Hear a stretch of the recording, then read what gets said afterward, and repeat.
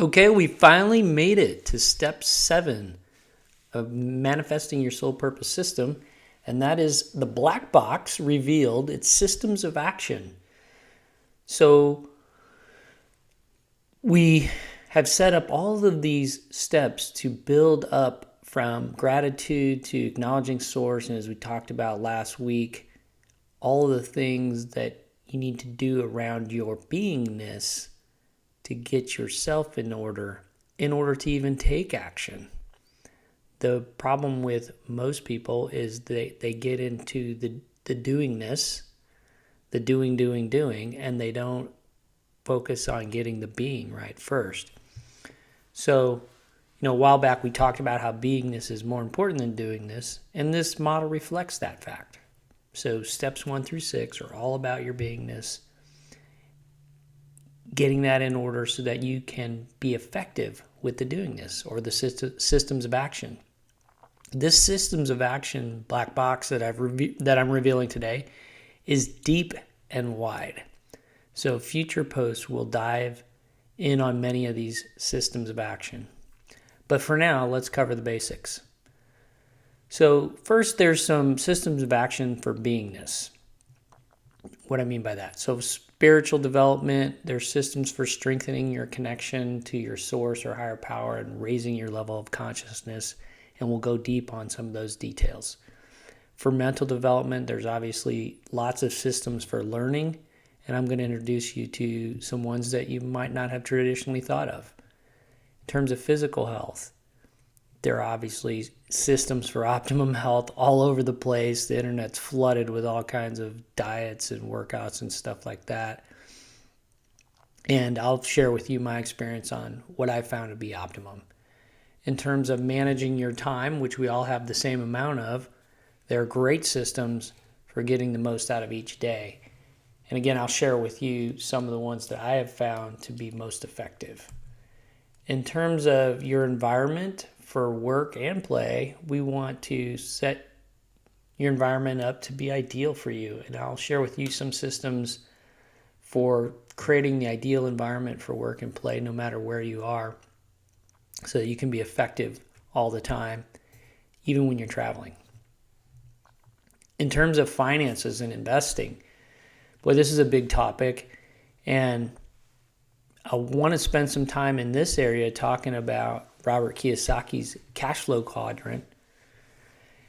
And some of you may know who Robert Kiyosaki is, but he wrote Rich Dad, Poor Dad, and then went on to write a number of other books. He's been a very successful author and publisher and investor. And the Cashflow Quadrant really, in a nutshell, starts with you being an employee, which most of us start out there at some point. And then you move into being self-employed, having your own job. And then you're a business owner, so that you start to set up systems that work for you in a business. And then as an investor, you're going to set up systems where your money works for you. And that's ideally where you want to be, so that you can have financial independence. And what is financial independence? That's just the ability to wake up every day and decide what you're going to do that day, not be locked into something that you feel like you have to do. So from an investment perspective, we'll look at some investment classes that you may have never even known about, much less considered. So I'll give you some new options hopefully there. And I want to talk about in this area where, retirement really in this century and probably going forward is really no longer a worthy goal. Many people die soon after they retire because they've lost their reason for living. So whether you want to work because it's part of your vision or you really don't want to work at all, financial independence is the new goal that we all want to strive for. And we'll talk a lot about that.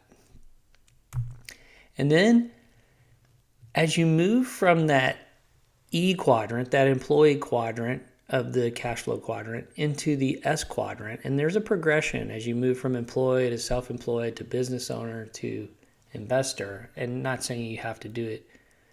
You can't be doing multiple quadrants at the same time. A lot of us are employees, self-employed business owners that are also investors, but a true investor is somebody that's doing that full time. But as you move from the E quadrant to the S quadrant, one great way to do that is through developing your personal brand. In other words, you are an expert in life in the areas that you've pursued up to this point in time. You may not consider yourself an expert or think you have any unique knowledge to share with the world, but I bet I could help you find it. So keep looking at that for yourself and where it is that you know something about something that nobody else does, that you could look at sharing in a way that you can monetize it. So whether that's through speaking or books or consulting or coaching, there's something you have to share with the world that's of value. And we'll dive into some of the systems around this topic that can help you take that knowledge and create a business out of it. How's that sound?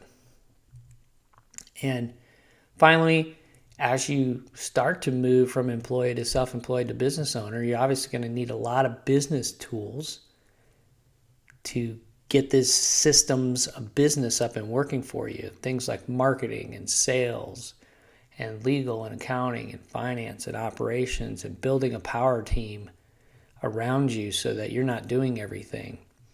And there's lots of things I've learned along the way that I want to share, and lots of systems that you can set up to make that transition, if that's something that's appealing to you, a lot easier.